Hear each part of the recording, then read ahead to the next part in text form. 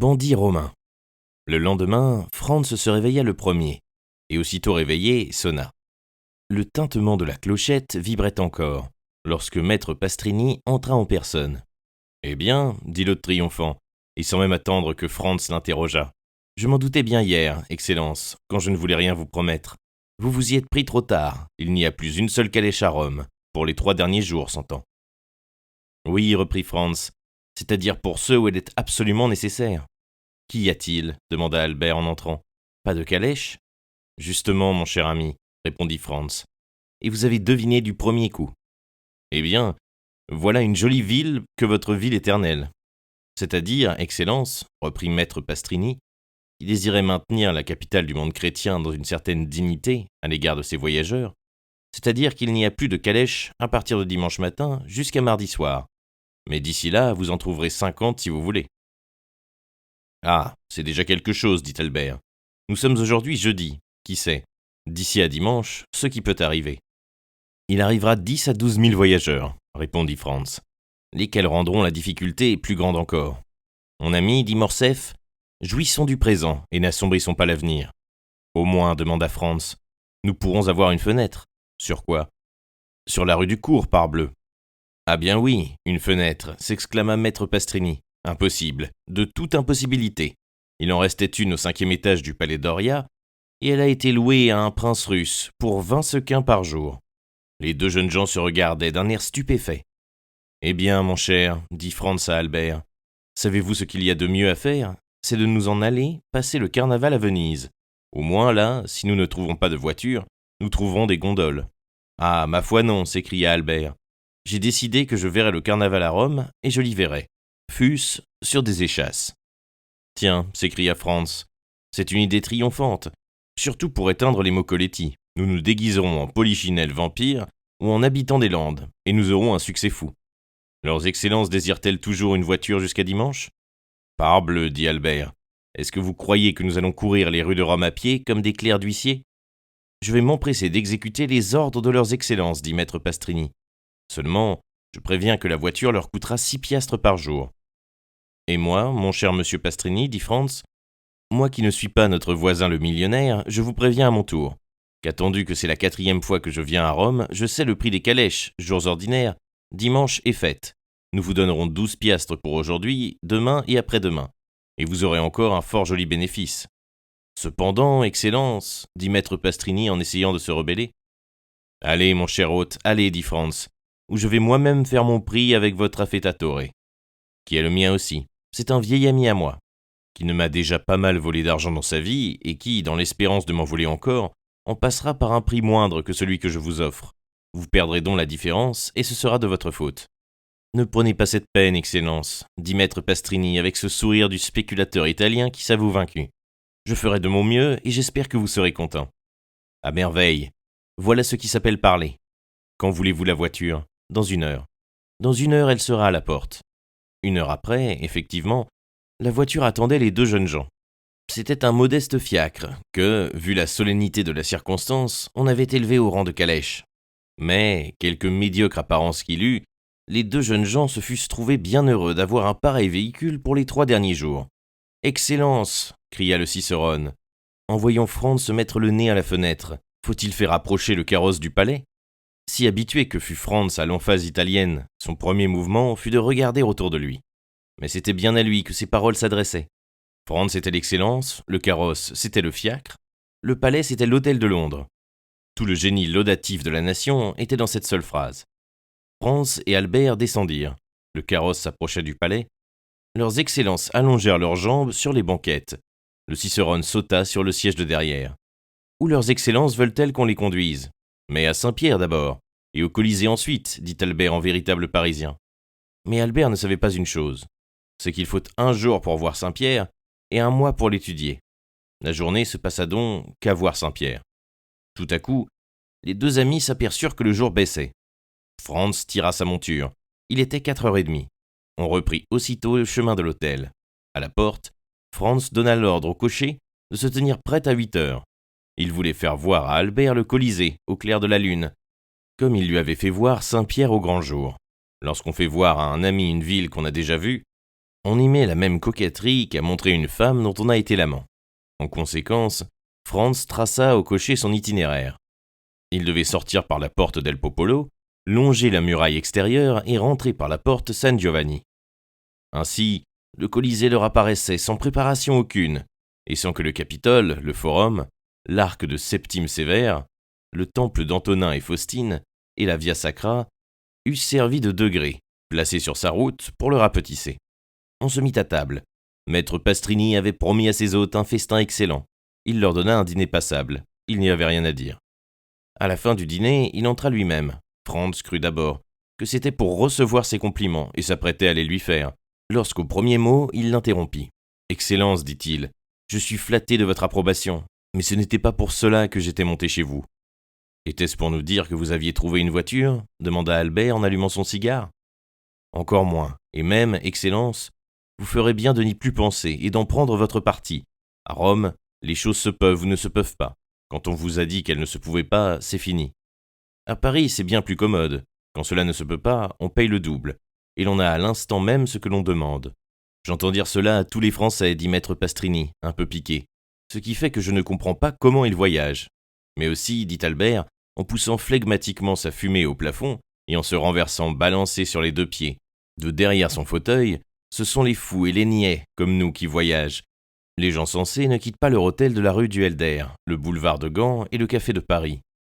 Il va sans dire qu'Albert demeurait dans la rue susdite, faisait tous les jours sa promenade fashionable et dînait quotidiennement dans le seul café où l'on dîne, quand toutefois on est en bon terme avec les garçons. Maître Pastrini resta un instant silencieux. Il était évident qu'il méditait la réponse, qui sans doute ne lui paraissait pas parfaitement claire. Mais enfin, dit Franz à son tour, interrompant les réflexions géographiques de son hôte, vous étiez venu dans un but quelconque. Voulez-vous nous exposer l'objet de votre visite ? Ah, c'est juste, le voici. Vous avez commandé la calèche pour 8 heures ? Parfaitement. Vous avez l'intention de visiter Il Colosseo, c'est-à-dire le Colisée ? C'est exactement la même chose. Soit. Vous avez dit à votre cocher de sortir par la porte del Popolo, de faire le tour des murs et de rentrer par la porte San Giovanni ? Ce sont mes propres paroles. Eh bien, cet itinéraire est impossible. Impossible ? Ou du moins fort dangereux. Dangereux, et pourquoi ? À cause du fameux Luigi Vampa. D'accord, mon cher hôte, qu'est-ce que le fameux Luigi Vampa ? Demanda Albert. Il peut être très fameux à Rome, mais je vous préviens qu'il est ignoré à Paris. Comment, vous ne le connaissez pas ? Je n'ai pas cet honneur. Vous n'avez jamais entendu prononcer son nom ? Jamais. Eh bien, c'est un bandit, près duquel les Desserrari et les Gasparone sont des espèces d'enfants de cœur. Attention, Albert, s'écria Franz. Voilà donc enfin un bandit. Je vous préviens, mon cher hôte, que je ne croirai pas un mot de ce que vous allez nous dire. Ce point arrêté entre nous. Parlez tant que vous voudrez, je vous écoute. Il y avait une fois. Eh bien, allez donc. Maître Pastrini se retourna du côté de Franz, qui lui paraissait le plus raisonnable des deux jeunes gens. Il faut rendre justice au brave homme. Il avait logé bien des Français dans sa vie, mais jamais il n'avait compris certains côtés de leur esprit. « Excellence, dit-il fort gravement, s'adressant, comme nous l'avons dit, à Franz, si vous me regardez comme un menteur, il est inutile que je vous dise ce que je voulais vous dire. Je puis cependant vous affirmer que c'était dans l'intérêt de vos excellences. » « Albert ne nous dit pas que vous êtes un menteur, mon cher monsieur Pastrini, reprit Franz. Il vous dit qu'il ne vous croira pas, voilà tout. Mais moi, je vous croirai. Soyez tranquille, parlez donc. Cependant, Excellence, vous comprenez bien que si l'on met en doute ma véracité... Mon cher, reprit Franz, vous êtes plus susceptible que Cassandre, qui cependant était prophétesse et que personne n'écoutait, tandis que vous, au moins, vous êtes sûr de la moitié de votre auditoire. Voyons, asseyez-vous, et dites-nous ce que c'est que monsieur Vampa. Je vous l'ai dit, Excellence, c'est un bandit, comme nous n'en avons pas encore vu depuis le fameux Mastria. Eh bien, quel rapport a ce bandit avec l'ordre que j'ai donné à mon cocher de sortir par la porte del Popolo et de rentrer par la porte San Giovanni ? Il y a, répondit maître Pastrini, que vous pourriez bien sortir par l'une, mais que je doute que vous rentriez par l'autre. Pourquoi cela ? Demanda Franz. Parce que, la nuit venue, on n'est plus en sûreté à 50 pas des portes. D'honneur, s'écria Albert. Monsieur le vicomte, dit maître Pastrini, toujours blessé jusqu'au fond du cœur du doute émis par Albert sur sa véracité. Que je vous dis n'est pas pour vous, c'est pour votre compagnon de voyage qui connaît Rome, lui, et qui sait qu'on ne badine pas avec ces choses-là. Mon cher, dit Albert, s'adressant à Franz, voici une aventure admirable toute trouvée. Nous bourrons notre calèche de pistolets, de tromblons et de fusils à 2 coups. Luigi Vampa vient pour nous arrêter, nous l'arrêtons, nous le ramenons à Rome. Nous en faisons hommage à sa sainteté, qui nous demande ce qu'elle peut faire pour reconnaître un si grand service. Alors nous réclamons purement et simplement un carrosse et 2 chevaux de ses écuries, et nous voyons le carnaval en voiture. Sans compter que probablement le peuple romain, reconnaissant, nous couronne au Capitole et nous proclame, comme Curtius et Horatius Coclès, les sauveurs de la patrie. Pendant qu'Albert déduisait cette proposition, Maître Pastrini faisait une figure qu'on essayerait vainement de décrire. « Et d'abord, demanda Franz à Albert, où prendrez-vous ces pistolets, ces tromblons, ces fusils à 2 coups, dont vous voulez farcir votre voiture ?»« Le fait est que ça ne sera pas dans mon arsenal, dit-il, car à la Terracine, on m'a pris jusqu'à mon couteau poignard. Et à vous ? À moi, on m'en a fait autant à Aquapendente. »« Ah ça, mon cher hôte, dit Albert, en allumant son second cigare au reste de son premier. Savez-vous que c'est très commode pour les voleurs, cette mesure-là, et qu'elle m'a tout l'air d'avoir été prise de compte à demi avec eux. Sans doute Maître Pastrini trouva la plaisanterie compromettante, car il n'y répondit qu'à moitié, et encore en adressant la parole à Franz, comme au seul être raisonnable avec lequel il put convenablement s'entendre. Son Excellence sait que ce n'est pas l'habitude de se défendre quand on est attaqué par des bandits. Comment, s'écria Albert, dont le courage se révoltait à l'idée de se laisser dévaliser sans rien dire. Comment, ce n'est pas l'habitude ? Non, car toute défense serait inutile. Que voulez-vous faire contre une douzaine de bandits qui sortent d'un fossé, d'une masure ou d'un aqueduc, et qui vous couchent en joue tous à la fois ? Sacrebleu, je veux me faire tuer !» s'écria Albert.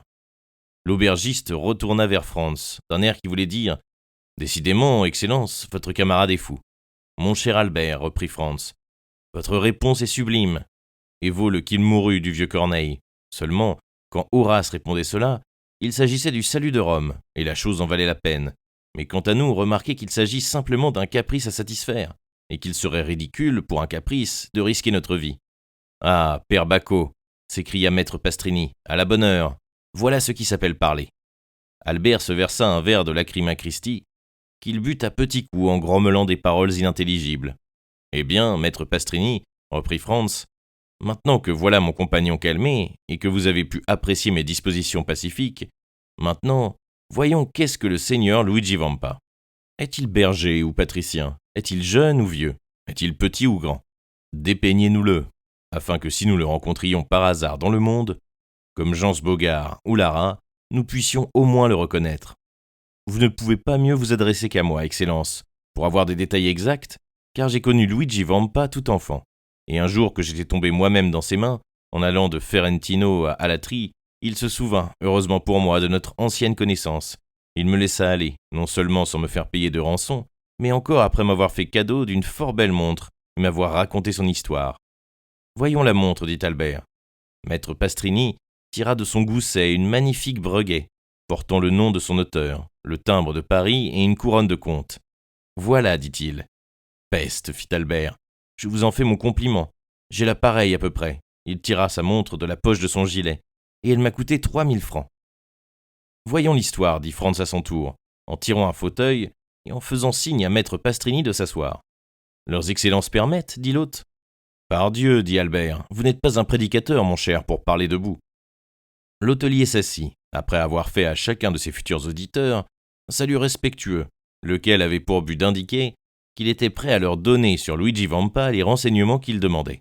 « Ah ça, fit Franz, arrêtant maître Pastrini au moment où il ouvrait la bouche. Vous dites que vous avez connu Luigi Vampa tout enfant. C'est donc encore un jeune homme ? » ?»« Comment un jeune homme ? Je crois bien. Il a 22 ans à peine. Oh, c'est un gaillard qui ira loin, soyez tranquille. » »« Que dites-vous de cela, Albert ? C'est beau, à 22 ans, de s'être déjà fait une réputation, dit Franz. »« Oui, certes. Et à son âge, Alexandre, César et Napoléon, qui depuis ont fait un certain bruit dans le monde, n'étaient pas si avancés que lui. Ainsi, reprit Franz, s'adressant à son hôte, le héros dont nous allons entendre l'histoire n'a que 22 ans ? À peine, comme j'ai eu l'honneur de vous le dire. Est-il grand ou petit ? De taille moyenne, à peu près comme son Excellence, dit l'hôte en montrant Albert. Merci de la comparaison, dit celui-ci en s'inclinant. Allez toujours, maître Pastrini, reprit Franz, souriant de la susceptibilité de son ami. Et à quelle classe de la société appartenait-il ? C'était un simple petit pâtre, attaché à la ferme du comte de San Felice, situé entre la Palestrina et le lac de Gabri. Il était né à Pampinara, et était entré à l'âge de 5 ans au service du comte. Son père, berger lui-même à Anagni, avait un petit troupeau à lui et vivait de la laine de ses moutons et de la récolte faite avec le lait de ses brebis, qu'il venait vendre à Rome. Tout enfant, le petit Vampa avait un caractère étrange. Un jour, à l'âge de 7 ans, il était venu trouver le curé de Palestrina. Il avait prié de lui apprendre à lire. C'était chose difficile, car le jeune pâtre ne pouvait pas quitter son troupeau. Mais le bon curé allait tous les jours dire la messe à un pauvre petit bourg, trop peu considérable pour payer un prêtre, et qui, n'ayant pas même de nom, était connu sous celui d'El Orgo. Il offrit à Luigi de se trouver sur son chemin à l'heure de son retour et de lui donner ainsi sa leçon, le prévenant que cette leçon serait courte, et qu'il eut par conséquent à en profiter. L'enfant accepta avec joie. Tous les jours, Luigi menait paître son troupeau, sur la route de Palestrina au Borgo. Tous les jours, à 9 heures du matin, le curé passait. Le prêtre et l'enfant s'asseyaient sur le revers d'un fossé, et le petit pâtre prenait sa leçon dans le bréviaire du curé. Au bout de 3 mois, il savait lire. Ce n'était pas tout, il lui fallait maintenant apprendre à écrire. Le prêtre fit faire, par un professeur d'écriture de Rome, 3 alphabets. Un en gros, un en moyen et un en fin. Et il lui montra qu'en suivant cet alphabet sur une ardoise, il pouvait, à l'aide d'une pointe de fer, apprendre à écrire. Le même soir, lorsque le troupeau fut rentré à la ferme, le petit Vampa courut chez le serrurier de Palestrina, prit un gros clou, le forgea, le martela, l'arrondit, et en fit une espèce de stylet antique. Le lendemain, il avait réuni une provision d'ardoises et se mettait à l'œuvre. Au bout de 3 mois, il savait écrire. Le curé, étonné de cette profonde intelligence et touché de cette aptitude, lui fit cadeau de plusieurs cahiers de papier, d'un paquet de plumes et d'un canif. Ce fut une nouvelle étude à faire, mais étude qui n'était rien auprès de la première. 8 jours après, il maniait la plume comme il maniait le stylet. Le curé raconta cette anecdote au comte de San Felice. Il voulut voir le petit pâtre, le fit lire et écrire devant lui. Ordonna à son intendant de le faire manger avec les domestiques et lui donna 2 piastres par mois. Avec cet argent, Luigi acheta des livres et des crayons. En effet, il avait appliqué à tous les objets cette facilité d'imitation qu'il avait. Et comme Giotto enfant, il dessinait sur ses ardoises ses brebis, les arbres, les maisons. Puis, avec la pointe de son canif, il commença à tailler le bois et à lui donner toutes sortes de formes. C'est ainsi que Pinelli, le sculpteur populaire, avait commencé. Une jeune fille de 6 ou 7 ans, c'est-à-dire un peu plus jeune que Vampa, gardait de son côté les brebis dans une ferme voisine de Palestrina.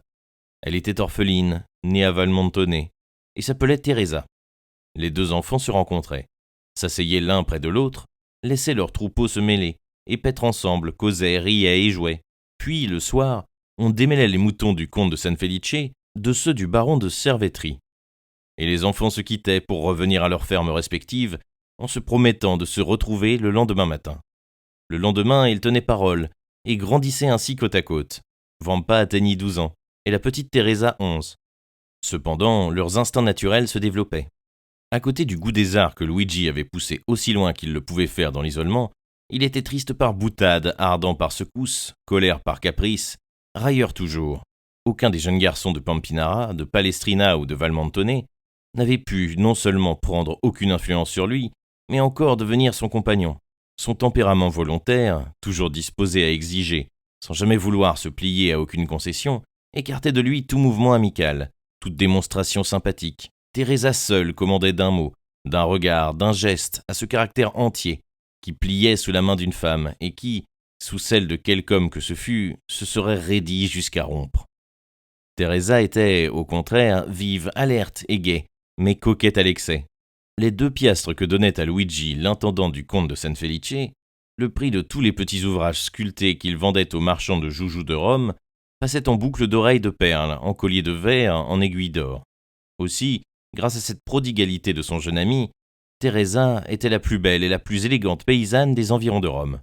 Les 2 enfants continuèrent de grandir, passant toute leur journée ensemble, et se livrant sans combat aux instincts de leur nature primitive. Aussi, dans leurs conversations, dans leurs souhaits, dans leurs rêves, Vampa se voyait toujours capitaine de vaisseau, général d'armée ou gouverneur d'une province. Teresa se voyait riche, vêtue des plus belles robes, et suivie de domestiques en livrée. Puis, quand ils avaient passé toute la journée à broder leur avenir sur ces folles et brillantes arabesques, ils se séparaient pour ramener chacun leur mouton dans leur étable, et redescendre de la hauteur de leurs songes à l'humilité de leur position réelle. Un jour, le jeune berger dit à l'intendant du comte qu'il avait vu un loup sortir des montagnes de la Sabine et rôder autour de son troupeau. L'intendant lui donnait un fusil. C'est ce que voulait Vampa. Ce fusil se trouva par hasard être un excellent canon de Brescia, portant la balle comme une carabine anglaise. Seulement, un jour, le comte, en assommant un renard blessé, en avait cassé la crosse et l'on avait jeté le fusil au rebut. Cela n'était pas une difficulté pour un sculpteur comme Vampa. Il examina la couche primitive, calcula ce qu'il fallait y changer pour le mettre à son coup d'œil, et fit une autre crosse chargée d'ornements si merveilleux que, s'il eût voulu aller vendre à la ville le bois seul, il en eût certainement tiré 15 ou 20 piastres. Mais il n'avait garde d'agir ainsi. Un fusil avait longtemps été le rêve du jeune homme. Dans tous les pays où l'indépendance est substituée à la liberté, le premier besoin qu'éprouve tout cœur fort, toute organisation puissante, est celui d'une arme qui assure en même temps l'attaque et la défense, et qui, faisant celui qui la porte terrible, le fait souvent redouter. À partir de ce moment, Vampa donna tous les instants qui lui restèrent à l'exercice du fusil. Il acheta de la poudre et des balles, et tout lui devint un but, le tronc de l'olivier, triste, chétif et gris, qui pousse au versant des montagnes de la Sabine, le renard qui, le soir, sortait de son terrier pour commencer sa chasse nocturne, et l'aigle qui planait dans l'air. Bientôt, il devint si adroit que Teresa surmonta la crainte qu'elle avait d'abord éprouvée en entendant la détonation, et s'amusa à voir son jeune compagnon placer la balle de son fusil où il voulait la mettre, avec autant de justesse que s'il l'eût poussée avec la main. Un soir, un loup sortit effectivement d'un bois de sapins, près duquel les deux jeunes gens avaient l'habitude de demeurer. Le loup n'avait pas fait 10 pas en plaine qu'il était mort. Vampa, tout fier de ce beau coup, le chargea sur ses épaules et le rapporta à la ferme. Tous ces détails donnaient à Luigi une certaine réputation aux alentours de la ferme. L'homme supérieur, partout où il se trouve, se crée une clientèle d'admirateurs. On parlait dans les environs de ce jeune pâtre, comme du plus adroit, du plus fort, et du plus brave contadino qui fut à 10 lieues à la ronde. Et quoique de son côté Teresa, dans un cercle plus étendu encore, passa pour une des plus jolies filles de la Sabine, personne ne s'avisait de lui dire un mot d'amour, car on la savait aimée par Vampa. Et cependant, les deux jeunes gens ne s'étaient jamais dit qu'ils s'aimaient. Ils avaient poussé l'un à côté de l'autre, comme deux arbres qui mêlaient leurs racines sous le sol, leurs branches dans l'air, leurs parfums dans le ciel. Seulement leur désir de se voir était le même. Ce désir était devenu un besoin, et ils comprenaient plutôt la mort qu'une séparation d'un seul jour. Teresa avait 16 ans, et Vampa 17. Vers ce temps, on commença de parler beaucoup d'une bande de brigands qui s'organisait dans les monts Lépini. Le brigandage n'a jamais été sérieusement extirpé dans le voisinage de Rome. Il manque de chefs parfois, mais quand un chef se présente, il est rare qu'il lui manque une bande. Le célèbre Cucumetto, traqué dans les Abruzzes, chassé du royaume de Naples, où il avait soutenu une véritable guerre, avait traversé le Garigliano, comme Manfred, et était venu, entre Sonnino et Juperno, se réfugier sur les bords de la Massine.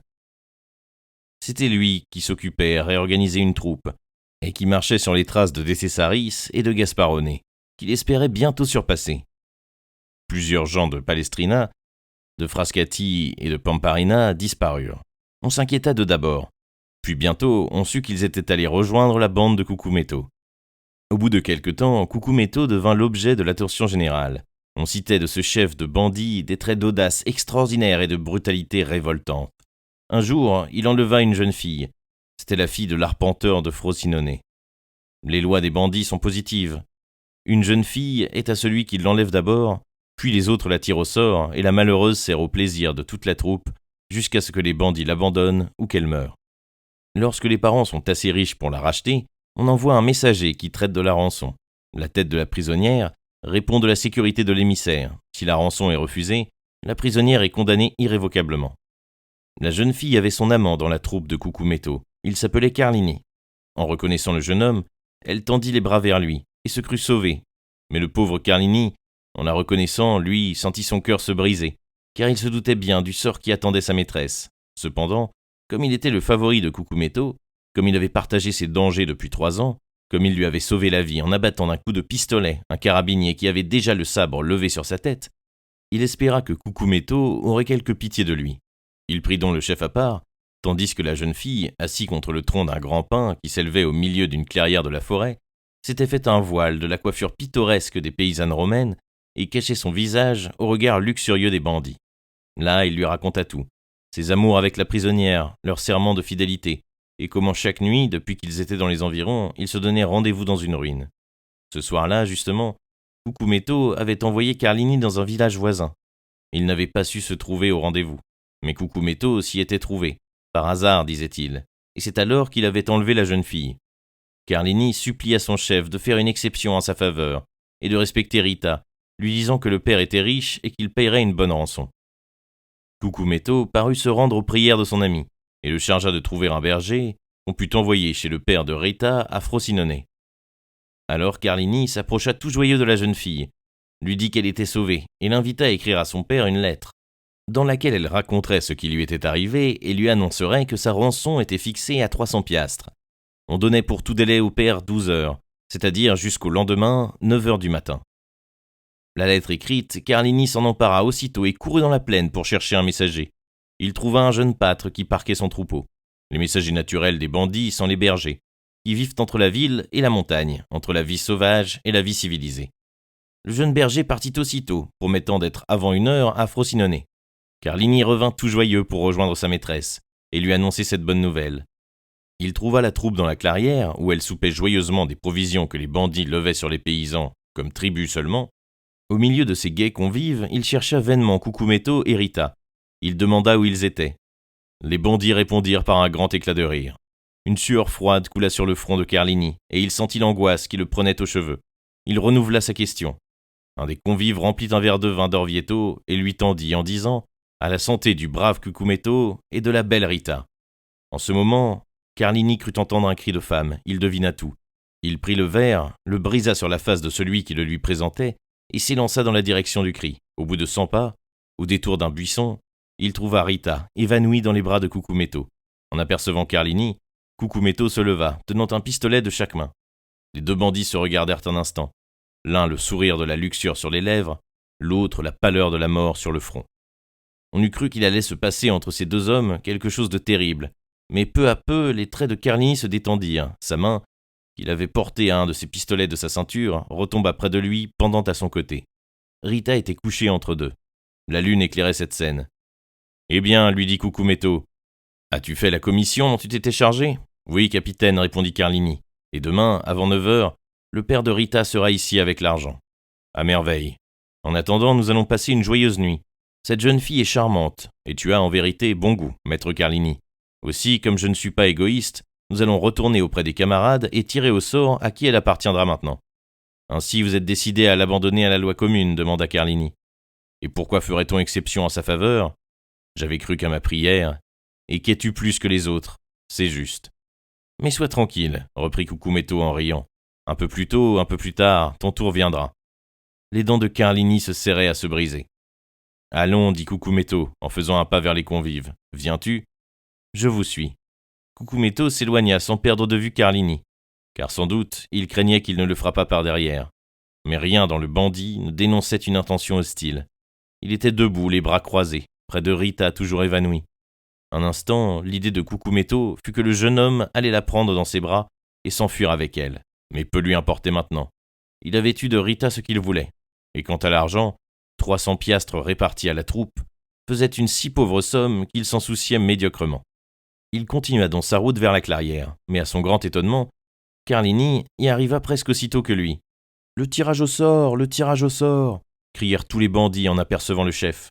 Et les yeux de tous ces hommes brillèrent d'ivresse et de lascivité, tandis que la flamme du foyer jetait sur toute leur personne une lueur rougeâtre qui les faisait ressembler à des démons.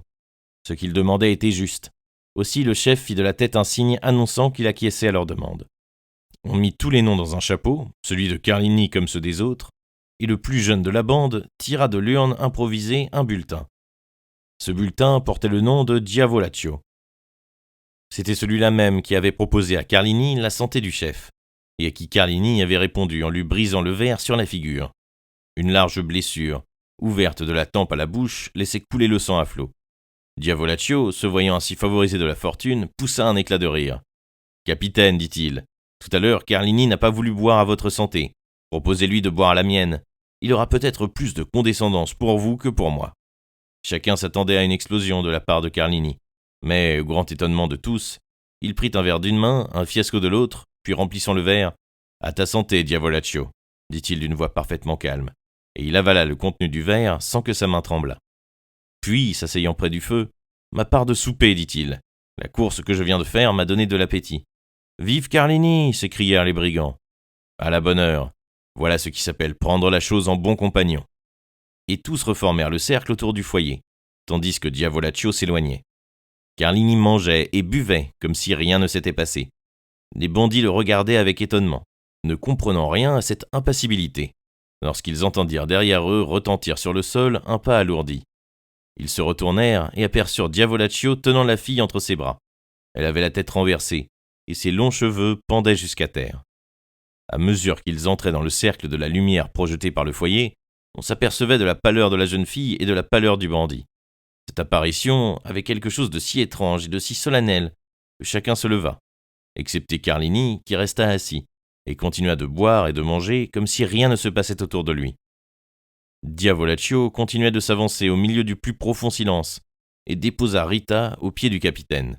Alors, tout le monde put reconnaître la cause de cette pâleur de la jeune fille et de cette pâleur du bandit. Rita avait un couteau enfoncé jusqu'au manche, au-dessous de la mamelle gauche. Tous les yeux se portèrent sur Carlini. La gaine était vide à sa ceinture. « Ah ah !» dit le chef. « Je comprends maintenant pourquoi Carlini était resté en arrière. Toute nature sauvage est apte à apprécier une action forte. Quoique peut-être aucun des bandits n'eût fait ce que vient de faire Carlini, tous comprirent ce qu'il avait fait. « Eh bien, dit Carlini, en se levant à son tour et en s'approchant du cadavre, la main sur la crosse d'un de ses pistolets. Y a-t-il encore quelqu'un qui me dispute cette femme ? Non, dit le chef, elle est à toi. Alors Carlini la prit à son tour dans ses bras et l'emporta hors du cercle de lumière que projetait la flamme du foyer. Cucumetto disposa les sentinelles comme d'habitude, et les bandits se couchèrent, enveloppés dans leurs manteaux, autour du foyer. À minuit, la sentinelle donna l'éveil, et en un instant le chef et ses compagnons furent sur pied. C'était le père de Rita qui arrivait lui-même portant la rançon de sa fille. « Tiens, dit-il à Cucumetto en lui tendant un sac d'argent. Voici 300 pistoles, rends-moi mon enfant. » Mais le chef, sans prendre l'argent, lui fit signe de le suivre. Le vieillard obéit. Tous deux s'éloignèrent sous les arbres, à travers les branches desquelles filtraient les rayons de la lune. Enfin, Cucumetto s'arrêta, étendant la main et montrant au vieillard 2 personnes groupées au pied d'un arbre. « Tiens, lui dit-il, demande ta fille à Carlini, c'est lui qui t'en rendra compte. » Et il s'en retourna vers ses compagnons. Le vieillard resta immobile et les yeux fixes. Il sentait que quelque malheur inconnu, immense, inouï planait sur sa tête. Enfin, il fit quelques pas vers le groupe informe dont il ne pouvait se rendre compte. Au bruit qu'il faisait en s'avançant vers lui, Carlini releva la tête et les formes des 2 personnages commencèrent à apparaître plus distinctes aux yeux du vieillard. Une femme était couchée par terre, la tête posée sur les genoux d'un homme assis et qui se tenait penché vers elle. C'était en se relevant que cet homme avait découvert le visage de la femme qu'il tenait serré contre sa poitrine. Le vieillard reconnut sa fille, et Carlini reconnut le vieillard. « Je t'attendais, dit le bandit au père de Rita. »« Misérable, dit le vieillard, qu'as-tu fait ?» Et il regardait avec terreur Rita, pâle, immobile, ensanglantée, avec un couteau dans la poitrine. Un rayon de lune frappait sur elle, et l'éclairait de sa lueur blafarde. « Cucumetto avait abusé ta fille, dit le bandit, et comme je l'aimais, je l'ai tuée, car, après lui, elle allait servir de jouet à toute la bande. » Le vieillard ne prononça point une parole, seulement il devint pâle comme un spectre. « Maintenant, dit Carlini, si j'ai eu tort, venge-la. » Il arracha le couteau du sein de la jeune fille, et, se levant, il alla l'offrir d'une main au vieillard, tandis que de l'autre il écartait sa veste et lui présentait sa poitrine nue. « Tu as bien fait, lui dit le vieillard d'une voix sourde. « Embrasse-moi, mon fils. » Carlini se jeta en sanglotant dans les bras du père de sa maîtresse. C'étaient les premières larmes que versait cet homme de sang. « Maintenant, dit le vieillard à Carlini, aide-moi à enterrer ma fille. » Carlini alla chercher 2 pioches, et le père et l'amant se mirent à creuser la terre au pied d'un chêne, dont les branches touffues devaient recouvrir la tombe de la jeune fille. Quand la tombe fut creusée, le père l'embrassa le premier, l'amant ensuite, puis, l'un la prenant par les pieds, l'autre par-dessous les épaules, ils la descendirent dans la fosse. Puis ils s'agenouillèrent des 2 côtés, et dirent les prières des morts. Puis, lorsqu'ils eurent fini, ils repoussèrent la terre sur le cadavre, jusqu'à ce que la fosse fût comblée. Alors, en lui tendant la main, « Je te remercie, mon fils, dit le vieillard à Carlini. Maintenant, laisse-moi seul. Mais, cependant, dit celui-ci, laisse-moi, je te l'ordonne. » Carlini obéit, alla rejoindre ses camarades, l'enveloppa dans son manteau, et bientôt parut aussi profondément endormi que les autres. Il avait été décidé la veille que l'on changerait de campement. 1 heure avant le jour, Cucumetto éveilla ses hommes et l'ordre fut donné de partir. Mais Carlini ne voulut pas quitter la forêt sans savoir ce qu'était devenu le père de Rita. Il se dirigea vers l'endroit où il l'avait laissé. Il trouva le vieillard pendu à une des branches du chêne qui ombrageait la tombe de sa fille. Il fit alors sur le cadavre de l'un et sur la fosse de l'autre le serment de les venger tous les deux. Mais il ne put tenir ce serment, car 2 jours après, dans une rencontre avec les carabiniers romains, Carlini fut tué. Seulement on s'étonna que, faisant face à l'ennemi, il eût reçu une balle entre les 2 épaules. L'étonnement cessa, quand un des bandits eut fait remarquer à ses camarades que Cucumetto était placé 10 pas en arrière de Carlini, lorsque Carlini était tombé. Le matin du départ de la forêt de Frosinone, il avait suivi Carlini dans l'obscurité, avait entendu le serment qu'il avait fait, et, en homme de précaution, il avait pris l'avance. On racontait encore sur ce terrible chef de bande 10 autres histoires non moins curieuses que celle-ci. Ainsi, de Fondi à Pérouse, tout le monde tremblait au seul nom de Cucumetto. Ces histoires avaient souvent été l'objet des conversations de Luigi et de Teresa. La jeune fille tremblait fort à tous ces récits, mais Vampa la rassurait, avec un sourire, frappant son bon fusil, qui portait si bien la balle. Puis, si elle n'était pas rassurée, il lui montrait à 100 pas quelques corbeaux penchés sur une branche morte, le mettait en joue, lâchait la détente, et l'animal, frappé, tombait au pied de l'arbre. Néanmoins, le temps s'écoulait. Les 2 jeunes gens avaient arrêté qu'ils se marieraient lorsqu'ils auraient, Vampa 20 ans et Teresa 19. Ils étaient orphelins tous deux. Ils n'avaient de permission à demander qu'à leur maître. Ils l'avaient demandé et obtenu. Un jour qu'ils causaient de leur projet d'avenir, ils entendirent 2 ou 3 coups de feu. Puis tout à coup, un homme sortit du bois, près duquel les 2 jeunes gens avaient l'habitude de faire paître leur troupeau, et accourut vers eux. Arrivé à portée de la voix, « Je suis poursuivi » leur cria-t-il. « Pouvez-vous me cacher » Les 2 jeunes gens reconnurent bien que ce fugitif devait être quelque bandit, mais il y a entre le paysan et le bandit romain une sympathie innée qui fait que le premier est toujours prêt à rendre service au second. Vampa, sans rien dire, courut donc à la pierre qui bouchait l'entrée de leur grotte, démasqua cette entrée et en tirant la pierre à lui, fit signe au fugitif de se réfugier dans cet asile inconnu de tous, repoussa la pierre sur lui et revint s'asseoir près de Teresa. Presque aussitôt, 4 carabiniers à cheval apparurent à la lisière du bois. 3 paraissaient être à la recherche du fugitif. Le 4e traînait par le cou un bandit prisonnier. Les 3 carabiniers explorèrent le pays d'un coup d'œil, aperçurent les 2 jeunes gens, accoururent à eux au galop et les interrogèrent. Ils n'avaient rien vu. « C'est fâcheux, dit le brigadier, car celui que nous cherchons, c'est le chef. » Cucumetto ne purent s'empêcher de s'écrier ensemble Luigi et Teresa. « Oui, répondit le brigadier, et comme sa tête est mise à prix à 1000 écus romains, il y en aurait eu 500 pour vous si vous nous aviez aidés à le prendre. » Les jeunes gens échangèrent un regard. Le brigadier eut un instant d'espérance. 500 écus romains font 3000 francs, et 3000 francs sont une fortune pour 2 pauvres orphelins qui vont se marier. « Oui, c'est fâcheux, dit Vampa, mais nous ne l'avons pas vu. » Alors les carabiniers battirent le pays dans des directions différentes, mais inutilement. Puis, successivement, ils disparurent. Alors Vampa alla tirer la pierre, et Cucumetto sortit. Il avait vu, à travers les jours de la porte de granit, les 2 jeunes gens causer avec les carabiniers. Il s'était douté du sujet de leur conversation. Il avait lu sur le visage de Luigi et de Teresa l'inébranlable résolution de ne point le livrer, et tira de sa poche une bourse pleine d'or et la leur offrit. Mais Vampa releva la tête avec fierté. Quant à Teresa, ses yeux brillaient en pensant à tout ce qu'elle pourrait acheter de riches bijoux et de beaux habits avec cette bourse pleine d'or. Cucumetto était un Satan fort habile. Il avait pris la forme d'un bandit au lieu de celle d'un serpent. Il surprit ce regard, reconnut dans Teresa une digne fille d'Ève, et rentra dans la forêt, en se retournant plusieurs fois, sous prétexte de saluer ses libérateurs. Plusieurs jours s'écoulèrent, sans que l'on revît Cucumetto, sans qu'on entendît parler de lui. Le temps du carnaval approchait. Le comte de San Felice annonça un grand bal masqué, où tout ce que Rome avait de plus élégant fut invité. Teresa avait grande envie de voir ce bal. Luigi demanda à son protecteur l'intendant la permission pour elle et pour lui d'y assister caché, parmi les serviteurs de la maison. Cette permission lui fut accordée. Ce bal était surtout donné par le comte pour faire plaisir à sa fille, Carmela, qu'il adorait. Carmela était juste de l'âge et de la taille de Teresa, et Teresa était au moins aussi belle que Carmela. Le soir du bal, Teresa mit sa plus belle toilette, ses plus riches aiguilles, ses plus brillantes verroteries. Elle avait le costume des fans de Frascati. Luigi avait l'habit si pittoresque du paysan romain les jours de fête. Tous deux se mêlèrent, comme on l'avait permis, aux serviteurs et aux paysans. La fête était magnifique. Non seulement la villa était ardemment illuminée, mais des milliers de lanternes de couleur étaient suspendues aux arbres du jardin. Aussi, bientôt le palais eut-il débordé sur les terrasses et les terrasses dans les allées. À chaque carrefour, il y avait un orchestre, des buffets et des rafraîchissements. Les promeneurs s'arrêtaient, des quadrilles se formaient et l'on dansait là où il plaisait de danser. Carmela était vêtue en femme de Sonnino. Elle avait son bonnet tout brodé de perles, les aiguilles de ses cheveux étaient d'or et de diamants, sa ceinture était de soie turque à grandes fleurs brochées, son surtout et son jupon étaient de cachemire, son tablier était de mousseline des Indes. Les boutons de son corset étaient autant de pierreries. 2 autres de ses compagnes étaient vêtues, l'une en femme de Nettuno, l'autre en femme de la Riccia. 4 jeunes gens des plus riches et des plus nobles familles de Rome les accompagnaient avec cette liberté italienne qui n'a son égal dans aucun autre pays du monde.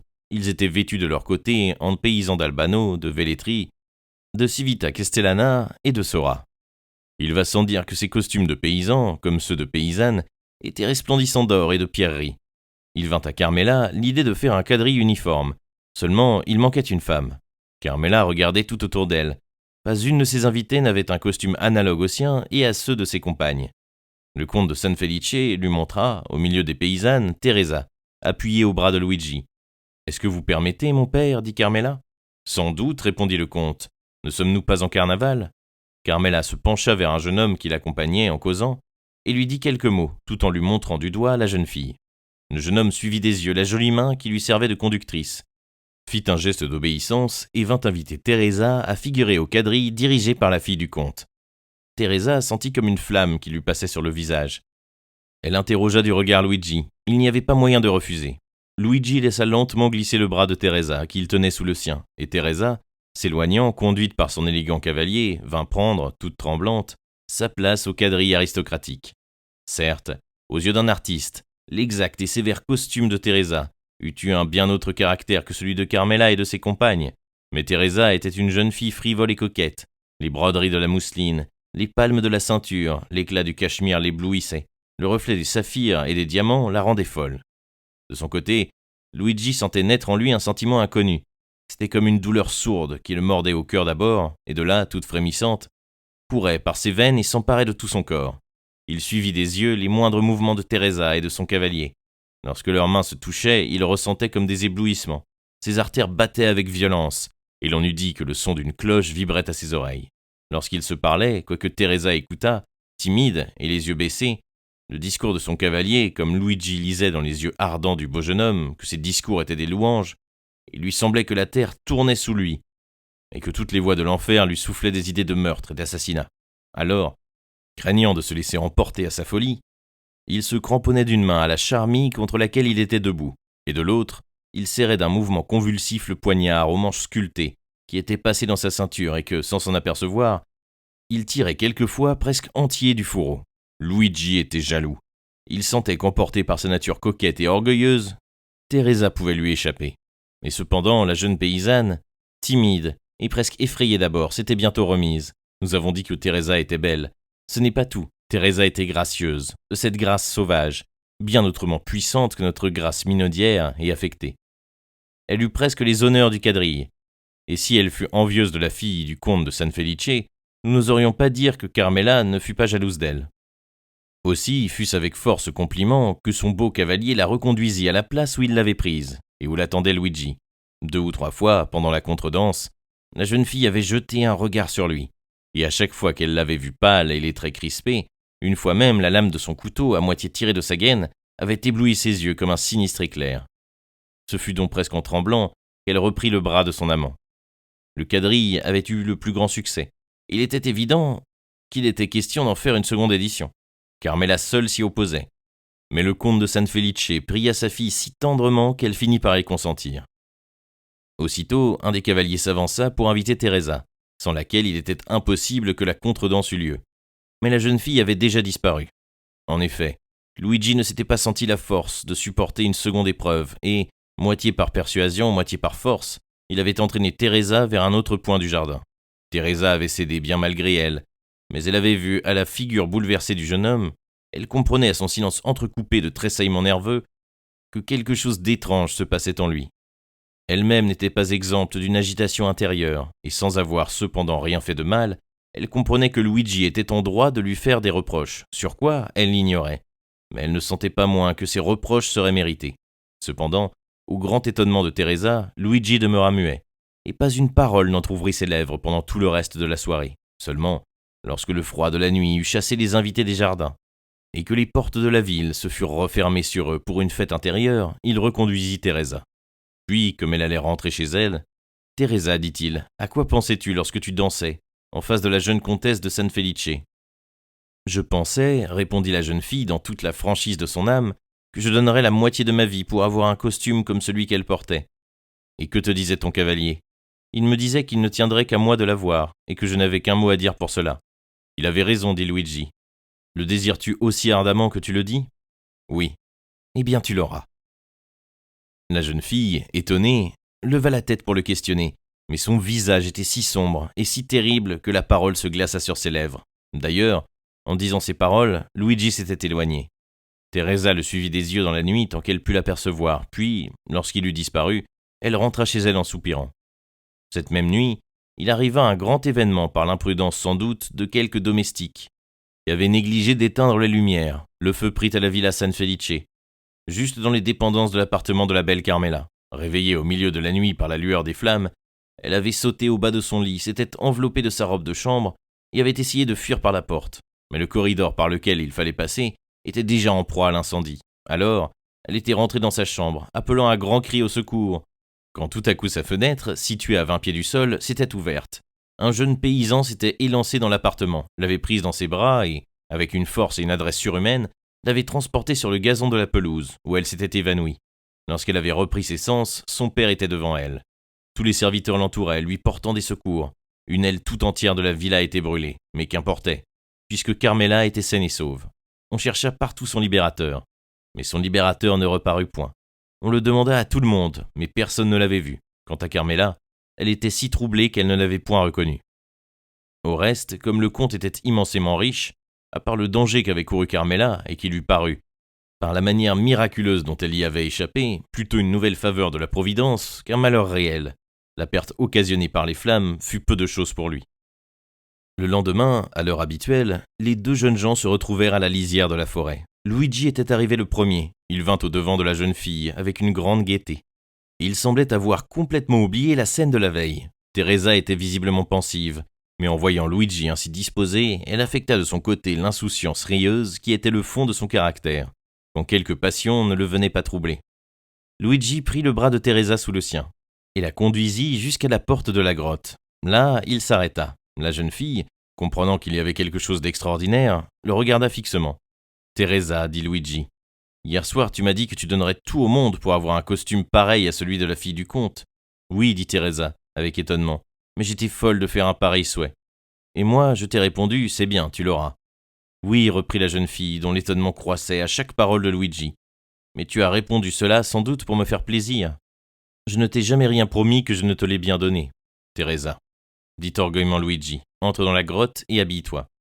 À ces mots, il tira la pierre et montra à Teresa la grotte éclairée par 2 bougies qui brûlaient de chaque côté d'un magnifique miroir.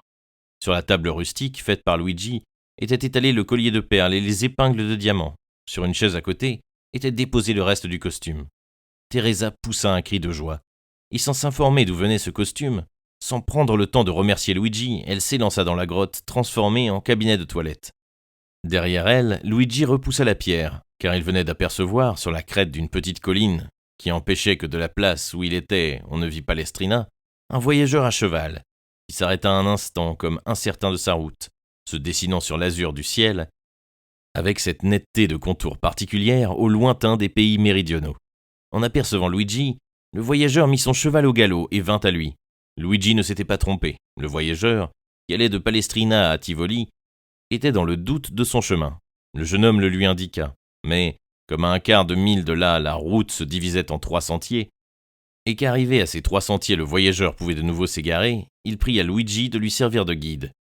Luigi détacha son manteau et le jeta à terre, jeta sur son épaule sa carabine et, dégagé ainsi du lourd vêtement, marcha devant le voyageur de ce pas rapide de montagnard, que le pas d'un cheval peine à suivre. En 10 minutes, Luigi et le voyageur furent à l'espèce de carrefour indiqué par le jeune pâtre. Arrivé là, d'un geste majestueux comme celui d'un empereur, Il étendit la main, vers celle des 3 routes que le voyageur devait suivre. « Voilà votre chemin, dit-il, Excellence. Vous n'avez plus à vous tromper maintenant. »« Et toi, voici ta récompense, dit le voyageur, en offrant au jeune pâtre quelques pièces de menu monnaie. « Merci, dit Luigi en retirant sa main. Je rends un service, je ne le vends pas. »« Mais, dit le voyageur, qui paraissait du reste habitué à cette différence entre la servilité de l'homme des villes et l'orgueil du campagnard, si tu refuses un salaire, tu acceptes au moins un cadeau. Ah oui, c'est autre chose. »« Eh bien, dit le voyageur, prends ces 2 sequins de Venise et donne-les à ta fiancée pour en faire une paire de boucles d'oreilles. Et vous alors, prenez ce poignard, dit le jeune pâtre. Vous n'en trouverez pas un dont la poignée fût mieux sculptée d'Albano à Civita Castellana. »« J'accepte, dit le voyageur, mais alors c'est moi qui suis ton obligé, car ce poignard vaut plus de 2 sequins. Pour un marchand peut-être, mais pour moi qui l'ai sculpté moi-même, il vaut à peine une piastre. Comment t'appelles-tu ? Demanda le voyageur. Luigi Vampa, répondit le pâtre du même air qui lui répondit. Alexandre, roi de Macédoine. Et vous ? Moi, dit le voyageur, je m'appelle Simbad le marin. Franz d'Épinay jeta un cri de surprise. Simbad le marin, dit-il. Oui, reprit le narrateur. C'est le nom que le voyageur donna à Vampa comme étant le sien. Eh bien, mais qu'avez-vous à dire contre ce nom ? Interrompit Albert. C'est un fort beau nom, et les aventures du patron de ce monsieur m'ont, je dois l'avouer, fort amusé dans ma jeunesse. Franz n'insista pas davantage. Ce nom de Simbad le marin, comme on le comprend bien, avait réveillé en lui tout un monde de souvenirs, comme avait fait la veille celui du comte de Monte Cristo. Continuez, dit-il à l'hôte. Vampa mit dédaigneusement les 2 sequins dans sa poche, et reprit lentement le chemin par lequel il était venu. Arrivé à 200 ou 300 pas de la grotte, il crut entendre un cri. Il s'arrêta, écoutant de quel côté venait ce cri. Au bout d'une seconde, il entendit son nom prononcé distinctement. L'appel venait du côté de la grotte. Il bondit comme un chamois, armant son fusil tout en courant, et parvint en moins d'1 minute au sommet de la petite colline, opposée à celle où il avait aperçu le voyageur. Là, les cris « Au secours !» arrivèrent à lui plus distincts. Il jeta les yeux sur l'espace qu'il dominait. Un homme enlevait Teresa, comme le centaure Nésus d'Éjanire. Cet homme, qui se dirigeait vers le bois, était déjà aux 3/4 du chemin de la grotte à la forêt. Vampa mesura l'intervalle. Cet homme avait 200 pas d'avance au moins sur lui. Il n'y avait pas de grande chance de le rejoindre avant qu'il eût gagné le bois. Le jeune pâtre s'arrêta comme si ses pieds eussent pris racine. Il appuya la crosse de son fusil sur son épaule, leva lentement le canon dans la direction du ravisseur, le suivit 1 seconde dans sa course et fit feu. Le ravisseur s'arrêta court, ses genoux plièrent, et il tomba, entraînant Teresa dans sa chute. Mais Teresa se releva aussitôt. Quant au fugitif, il resta couché, se débattant dans les convulsions de l'agonie. Vampa s'élança aussitôt vers Teresa, car à 10 pas du moribond, les jambes lui avaient manqué à son tour, et elle était retombée à genoux. Le jeune homme avait cette crainte terrible que la balle qui venait d'abattre son ennemi n'eût en même temps blessé sa fiancée. Heureusement, il n'en était rien. C'était la terreur seule qui avait paralysé les forces de Teresa. Lorsque Luigi se fut bien assuré qu'elle était saine et sauve, il se retourna vers le blessé. Il venait d'expirer, les poings fermés, la bouche contractée par la douleur et les cheveux hérissés sous la sueur de l'agonie. Ses yeux étaient restés ouverts et menaçants. Vampa s'approcha du cadavre et reconnut Cucumetto. Depuis le jour où le bandit avait été sauvé par les 2 jeunes gens, il était devenu amoureux de Teresa et avait juré que la fille serait à lui. Depuis ce jour, il l'avait épiée, et profitant du moment où son amant l'avait laissée seule pour indiquer le chemin aux voyageurs, il l'avait enlevée et la croyait déjà à lui, lorsque la balle de Vampa, guidée par le coup d'œil infaillible du jeune pâtre, lui avait traversé le cœur. Vampa le regarda un instant, sans que la moindre émotion se trahît sur son visage, tandis qu'au contraire, Teresa, toute tremblante encore, n'osait se rapprocher du bandit mort qu'à petits pas, et jeter en hésitant un coup d'œil sur le cadavre par-dessus l'épaule de son amant. Au bout d'un instant, Vampa se retourna vers sa maîtresse. « Ah ah, dit-il, c'est bien, tu es habillée. À mon tour de faire ma toilette. » En effet, Teresa était revêtue de la tête aux pieds du costume de la fille du comte de San Felice. Vampa prit le corps de Cucumetto entre ses bras, l'emporta dans la grotte, tandis qu'à son tour, Teresa restait dehors. Si un second voyageur fût alors passé, il eût vu une chose étrange. C'était une bergère gardant ses brebis avec une robe de cachemire, des boucles d'oreilles et un collier de perles, des épingles de diamants et des boutons de saphir, d'émeraude et de rubis. Sans doute, il se fût cru revenu au temps de Florian, et eût affirmé, en revenant à Paris, il avait rencontré la bergère des Alpes, assise au pied des monts Sabins. Au bout d'un quart d'heure, Vampa sortit à son tour de la grotte. Son costume n'était pas moins élégant dans son genre que celui de Teresa. Il avait une veste de velours grenat à boutons d'or ciselés, un gilet de soie tout couvert de broderies, une écharpe romaine nouée autour du cou, une cartouchière toute piquée d'or, et de soie rouge et verte, des culottes de velours bleu de ciel, attachées au-dessus du genou par des boucles de diamants, des guêtres de peau de daim bariolées de 1000 arabesques, et un chapeau où flottaient des rubans de toutes couleurs. 2 montres pendaient à sa ceinture, et un magnifique poignard était passé à sa cartouchière. Teresa jeta un cri d'admiration. Vampa, sous cet habit, ressemblait à une peinture de Léopold Robert ou de Schnetz. Il avait revêtu le costume complet de Cucumetto. Le jeune homme s'aperçut de l'effet qu'il produisait sur sa fiancée, et un sourire d'orgueil passa sur sa bouche. « Maintenant, dit-il à Teresa, es-tu prête à partager ma fortune, quelle qu'elle soit ?»« Oh oui, s'écria la jeune fille avec enthousiasme, à me suivre partout où j'irai, au bout du monde. Alors prends mon bras et partons, car nous n'avons pas de temps à perdre. » La jeune fille passa son bras sous celui de son amant, sans même lui demander où il la conduisait, car en ce moment il lui paraissait beau, fier et puissant comme un dieu. Et tous deux s'avancèrent dans la forêt. Au bout de quelques minutes, ils eurent franchi la lisière. Il va sans dire que tous les sentiers de la montagne étaient connus de Vampa. Il avança donc dans la forêt sans hésiter un seul instant, quoiqu'il n'y eût aucun chemin frayé, mais seulement reconnaissant la route qu'il devait suivre à la seule inspection des arbres et des buissons. Ils marchèrent ainsi 1 heure et demie à peu près. Au bout de ce temps, ils étaient arrivés à l'endroit le plus touffu du bois.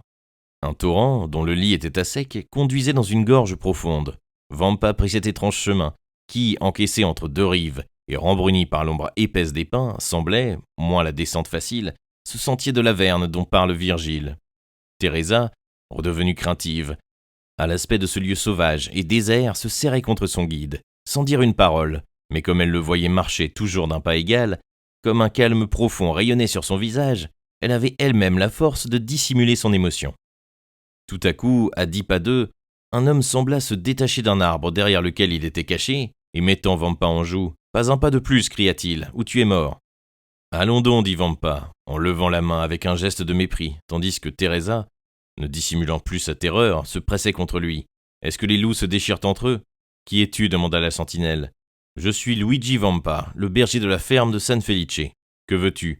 Je veux parler à tes compagnons qui sont à la clairière de Rocca Bianca. »« Alors suis-moi, dit la sentinelle, ou plutôt, puisque tu sais où cela est, marche devant. » Vampa sourit d'un air de mépris, à cette précaution du bandit, passa devant avec Teresa, et continua son chemin du même pas ferme et tranquille qui l'avait conduit jusque-là. Au bout de 5 minutes, le bandit leur fit signe de s'arrêter. Les 2 jeunes gens obéirent. Le bandit imita 3 fois le cri du corbeau. Un croassement répondit à ce triple appel. « C'est bien, dit le bandit, maintenant tu peux continuer ta route. » Luigi et Teresa se remirent en chemin. Mais à mesure qu'ils avançaient, Teresa, tremblante, se serrait contre son amant. En effet, à travers les arbres, on voyait apparaître des armes et étinceler des canons de fusil. La clairière de Rocca Bianca était au sommet d'une petite montagne qui autrefois sans doute avait été un volcan éteint, avant que Rémus et Romulus n'eussent déserté Albe pour venir bâtir Rome.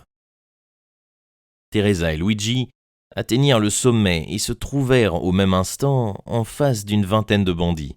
« Voici un jeune homme qui vous cherche et qui désire vous parler, dit la sentinelle. « Et que veut-il nous dire ? Demanda celui qui, en l'absence du chef, remplissait l'intérim du capitaine. « Je veux dire que je m'ennuie de faire le métier de berger, dit Vampa. »« Ah, je comprends, dit le lieutenant. Et tu viens nous demander à être admis dans nos rangs ? Qu'il soit le bienvenu, crièrent plusieurs bandits de Ferrucino, de Pamparina et d'Anani, qui avaient reconnu Luigi Vampa. « Oui, seulement je viens vous demander une autre chose que d'être votre compagnon. »« Et que viens-tu nous demander ?» dirent les bandits avec étonnement. « Je viens vous demander à être votre capitaine, dit le jeune homme. » Les bandits éclatèrent de rire. « Et qu'as-tu fait pour aspirer à cet honneur ? Demanda le lieutenant. « J'ai tué votre chef Cucumetto, dont voici la dépouille, dit Luigi. Et j'ai mis le feu à la villa de San Felice pour donner une robe de noces à ma fiancée. » 1 heure après, Luigi Vampa était élu capitaine au remplacement de Cucumetto. « Eh bien, mon cher Albert, dit Franz, en se retournant vers son ami, que pensez-vous maintenant du citoyen Luigi Vampa ? » « Je dis que c'est un mythe, répondit Albert, et qu'il n'a jamais existé. »« Qu'est-ce que c'est qu'un mythe ? Demanda Pastrini. »« Ce serait trop long à vous expliquer, mon cher hôte, répondit Franz. Et vous dites donc que maître Vampa exerce en ce moment sa profession aux environs de Rome ? Et avec une hardiesse dont jamais bandit avant lui n'avait donné exemple. La police a tenté vainement de s'en emparer alors. Que voulez-vous ? Il est d'accord à la fois avec les bergers de la plaine, les pêcheurs du Tibre et les contrebandiers de la côte. On le cherche dans la montagne, il est sur le fleuve, on le poursuit sur le fleuve, il gagne la pleine mer, puis tout à coup, quand on le croit réfugié dans l'île d'El Giglio, d'El Guanuti ou de Monte Cristo, on le voit reparaître à Albano, à Tivoli ou à la Riccia. Et quelle est sa manière de procéder à l'égard des voyageurs ? Ah mon Dieu, c'est bien simple.